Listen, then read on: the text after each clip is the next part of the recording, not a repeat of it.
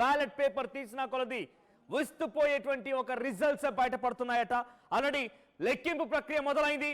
ఉర్దూ యూనివర్సిటీలో ఈ రెండు జెడ్పీటీసీ ఉప ఎన్నికలకు సంబంధించినటువంటి లెక్కింపు ప్రక్రియ ప్రారంభమైంది. నాతో పాటు నా కొలీగ్ నందు కూడా ఉన్నారు. కంటిన్యూస్ రిజల్ట్స్ ని ఎప్పటికప్పుడు మీకు అందించే మేము ప్రయత్నం చేస్తాం. పులివెందుల ఇకపై బ్లూ నుంచి కంప్లీట్ ఎల్లో కాబోతోందా, అక్కడ పసుపు రంగు జెండా ఎగరబోతోందా? నాతో పాటు నా కొలీగ్ నందు కూడా. నందు, ఖచ్చితంగా ఒక సంచలనమైనటువంటి రిజల్ట్ రాబోతోంది అనేది మాత్రం తెలుస్తుంది మనకి.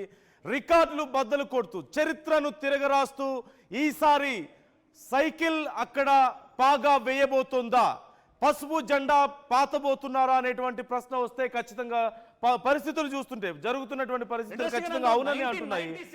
1996, 2001, 2006 అండ్ 2016 లో ఒకసారి మధ్యలో కంటెస్ట్ చేసింది, టీడీపీ కూడా కంటెస్ట్ చేసింది. 2021 అక్కడ వైఎస్ఆర్ అప్పుడు ఆయన బతుకున్నప్పటి నుంచి ఎవరు చెప్తే వారే అక్కడ జెడ్పీటీసీ. ఆ తర్వాత జగన్ అక్కడ కొత్తగా అంటే వైఎస్ఆర్ రాజకీయ అంశాలని మొత్తాన్ని కూడా వారసత్వాన్ని అన్ని పుచ్చుకున్న తర్వాత ఆయన ఎవరు చెప్పినా కూడా అక్కడ వారే జెండా పాతేవారు, వారే జెడ్పీటీసీగా ఉండేవారు.